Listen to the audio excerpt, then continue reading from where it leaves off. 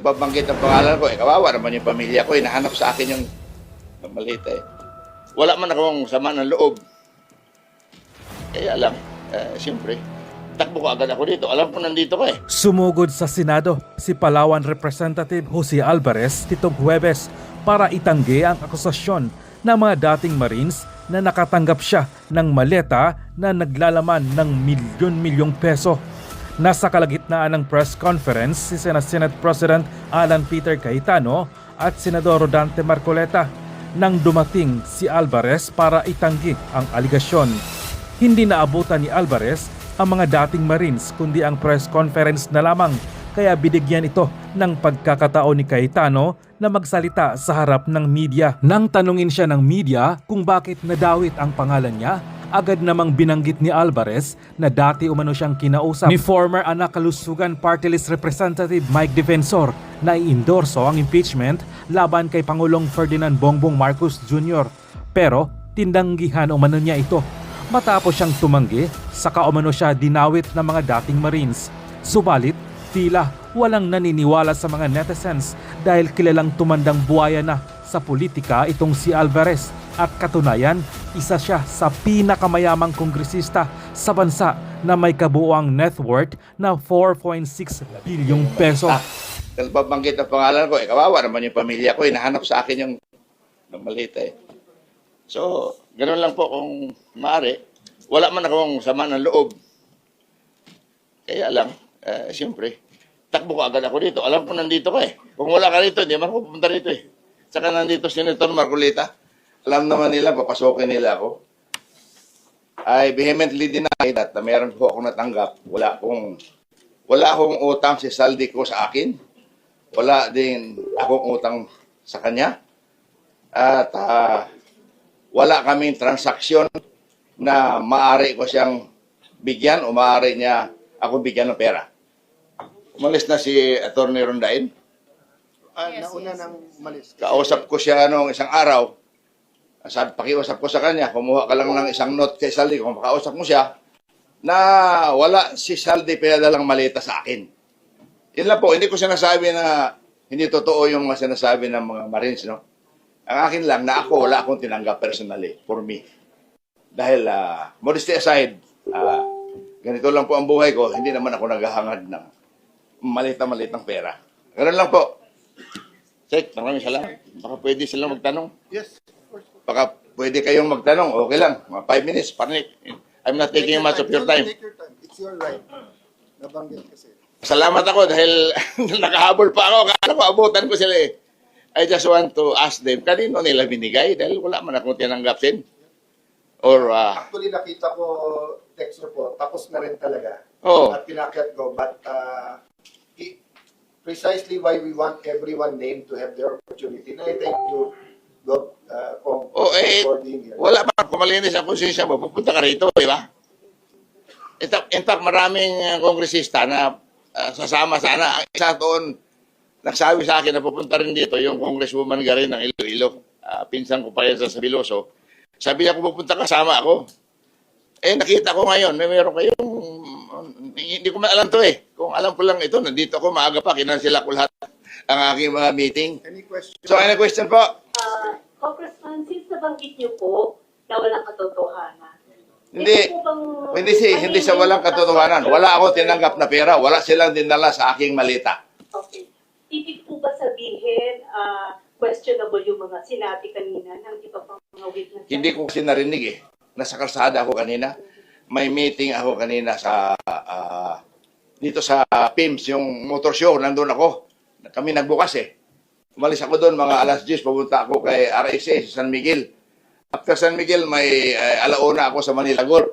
On the way to Manila Golf, hindi ko lang maiwasan yung Manila Golf dahil may appointment taga-China at saka mga taga-PhilInvest Bank na mag-meeting doon. Inintroduce ko lang, takbo ka agad ako rito. Akala ko maabutan ko pa. I'm sure papasokin ako ni Senate President Cayetano dahil matagal na kami kakilala nito eh.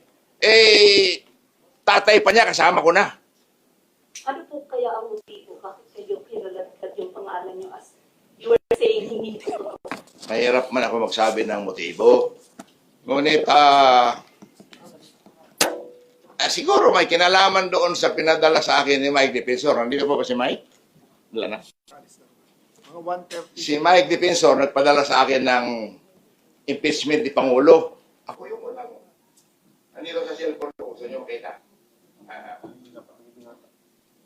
Pagkatapos, pinadala sa akin na kung maaari daw endorso ko. Nung hindi ko inendorso, bigla na lang ako nagkapangalan dito. Hindi ko sinasabi na yung sinasabi na mabuhay ka, Congressman Jose Alvarez po.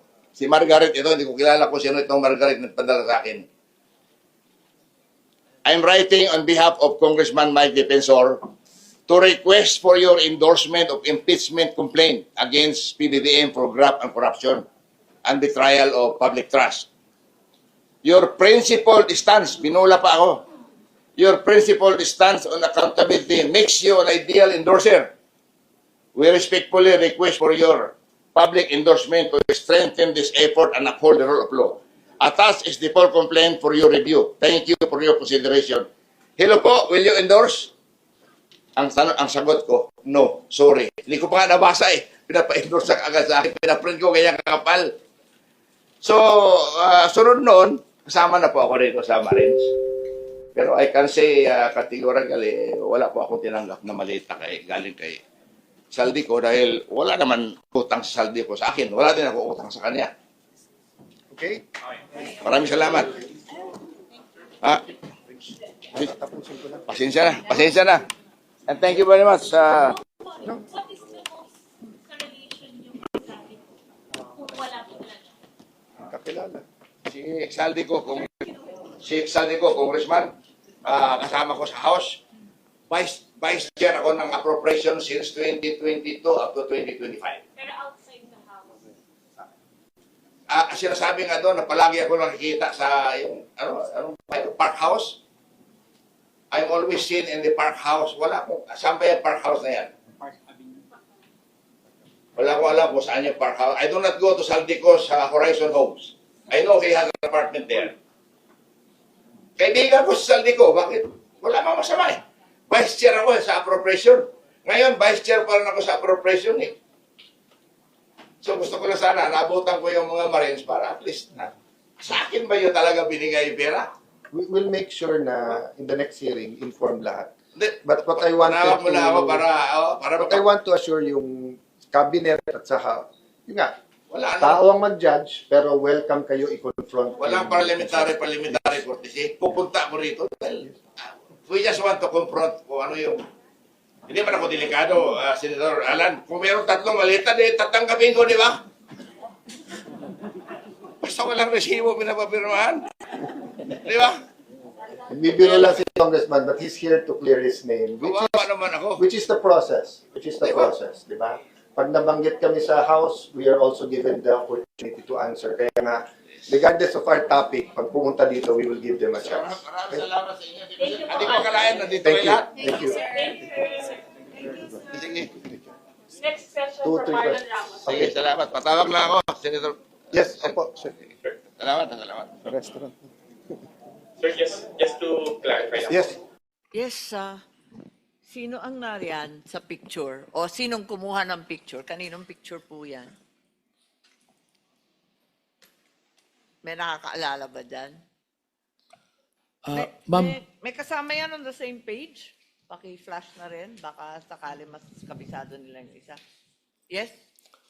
Your Honor, yung picture po na yan ay ibinigay ng isang empleyado rin ni Ginoong Saldico na wala dito sa 18. Kasi, so, ibig mo sabihin, yung binanggit mo 19 na meron pa talagang ibang magsasalita, eto yung mga ambag nila. Opo, pero sila, alam din po nila ito dahil Okay. lumabas ito sa chat group nila. Alright. Pero yung actual po na kumuha ng picture, wala po sa 18. Ito, RPC 811, kinunan rin ninyo to? O naibigay lang? Anybody knows anything about this picture? Your Honor, nakunan din po ng isa kasama namin pero hindi kasama dito. Okay. Pero na-post sa chat group niya. Yes, Your Honor. Ano ulit yung purpose sa pag-post sa chat group nyo? Para alam na dumating doon? Yes po. Sa chat group, kanino kayo nagre-report? Sa officer in charge namin na close in ni Kong Saldi na PNP na active pa. Active na PNP. Yes, ma'am. Okay. May mga picture pa. Ito naman sa loob ng bahay. Kaninong bahay to? Asan na? Yung sumunod na pictures, nasa loob ng bahay. Ayan. Yung sumunod. Napakaraing maleta. Kaninong bahay yan? Kung maalala ninyo? O kung sinong nag-deliver dyan? Po. Your Honor, good afternoon po. Ako po si George Villalon. Video po yun, ma'am, sa bahay po ni Martin Romualdez po sa 42 po, McKinley. Ito yung bahay sa McKinley, di ba? Saan to? Sa Salas? O saan? Yes po, ma'am, sa sala po. Sa sala, oo. Mukhang ang pamilyar, opo. Kailan ito? May video po yan, ma'am. May video siyang kasama. Yes po. Kasama ko po si John Paul. Si John Paul, Estrada po. yung tao ni Kong Saldi. Po. Yes po. Oo. So, ilan ang maleta? Ito ba yung napakaraming maletang pinatid ninyo? Pinakamababang malita pa po yan, ma'am. Ito pinakakonte. Yes po. Ilan ito? Nasa Napakarami na 20 picture po. Nasa 20 po. 20? Yes po. Okay. Kailan? Maalala mo? November 21, 2023 po. 2023? Yes po. Okay. So, smallest delivery yan, kung tutuusin. Yes po, ma'am. Okay. May mga picture pa. Ito hindi naman yata sa bahay, mukhang airport. Saan to? Yung sumunod. Ayun. Ayun, sa kaliwa. Saan yan? Sa ano po yan, ma'am? Sa basement 3, Horizon Homes. Basement 3 ng? Horizon Home, ma'am. Okay. Bali, packet doon sa elevator, ma'am. Papunta sa 56, sa condo unit ni Bosaldi. Oh. Marami po yan, ma'am. Oo, Bali, mukhang napakarami. Isang helera, pare-parehong mga maleta. mga 56 ka malita yung naakyat namin doon, ma'am. 56 maleta. Yung picture dito sa ibaba, ganon din? Yan po yung ano, ma'am. Yung may dilaw. Yung may red, Yan po yung may yellow. box, ma'am. Yan po yung time na kasama ko si Top Orly Gutesa na nag-deliver kami sa 42. 52 po yan. Kasama na po yung box.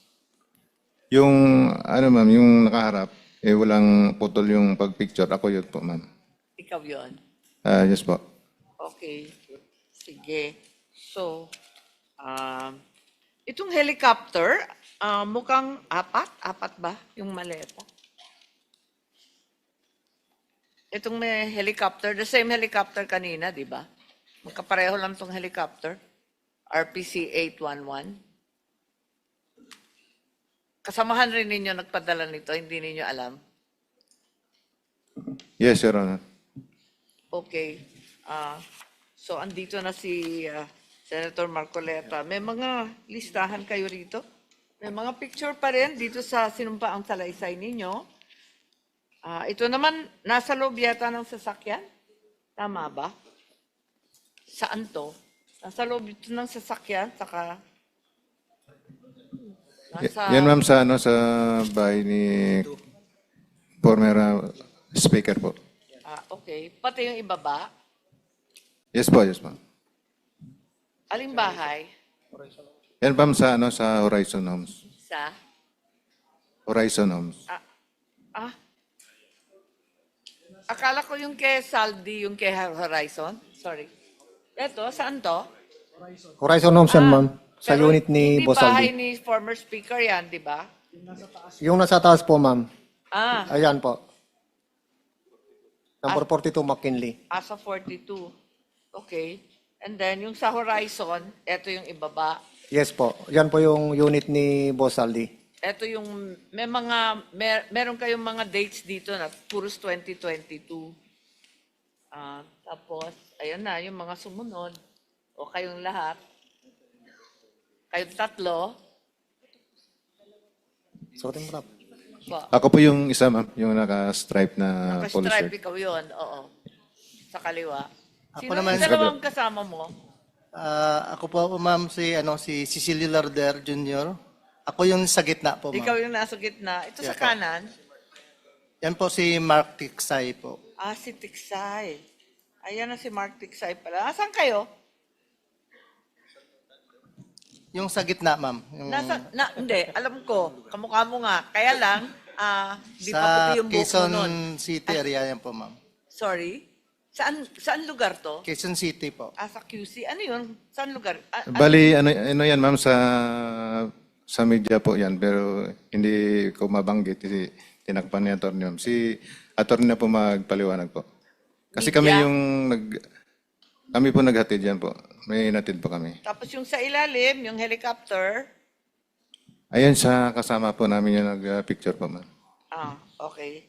Yung ibang picture, Chair, sabi nila hindi sila kumuha at wala sila sa picture, pero yung mga kasamahan nilang iba, sila ang nagpadala sa group chat, kaya kabisado rin nila. Marami pa rin picture. Tapusin na lang kaya natin, 3 na lang. Etong nagbubuhatan kayo rito, ay, iba pa yan. Ano yung helicopter na yan? Oo, iba pa pala yan. Kanino yung helicopter na yan? Kay Boss Saldi po, Your Honor. Sa ano po yan, sir? Sa Misibis Bay, sa Albay. Albay? Meron pa kasing ibang helicopter na pinakikita eh. Ayan, kanino ba yan? Sa kanya pa rin, Your Honor. 2 po yung Agosta niya. Hindi, kanino nga? Kanino? Kay Boss Elizalde ko po. And for the record, ang nakasakay, Sino yung nakasakay? Nakikita nyo ba? Opo. Sino? Si Senator Ping Lacson at saka si Senator Soto po. Bakit sila nakasakay dyan sa helicopter ni Saldico? Yan po yung time na pumunta po sila doon sa Bicol po. Election ba yan? Yes po. And for the record, Zaldico has many friends. Everyone has friends at Chopper. No? Yung context nito ay may testimony na naghatid ng pera sa opisina mismo ni Senator Tito Soto. No? So ang context nito ay magkakilala at magkaibigan din sila. Mr. Chairman, just a last manifestation. Sumagot na po si NBI Director Melvin Matibag, I will wait for the subpoena. Hihintayin daw niya na isupina tayo. This is a very simple matter kasi hindi tama ng NBI Director kung may raw data. Anyone can say, I mean, pwede ko i-chismis na si Marcoleta na bayaran dito. Di ba? Does that mean that you will announce it? Di ba? Senator Marcoleta can say, si Cayetano, ganito, ganyan-ganyan. No? But to come from the NBI Director while we are hearing is alarming. That's why I invited him here. You don't need a subpoena to come here and just tell us plainly, di ba? Na eto, that's why I believed it dahil nasabi ko. Unless nga marites lang yung pakay. So, I'll put that on the record, Mr. Chairman, because this is a serious matter. I don't know what is more serious than this matter except for the economy during this time. So, I hope we'll all take this seriously at hindi mangbaboy yung mga ibang institusyon. Kaya nabababoy din yung kanilang institusyon. Thank you for your time, Mr. Chairman, and thank you for handling this committee.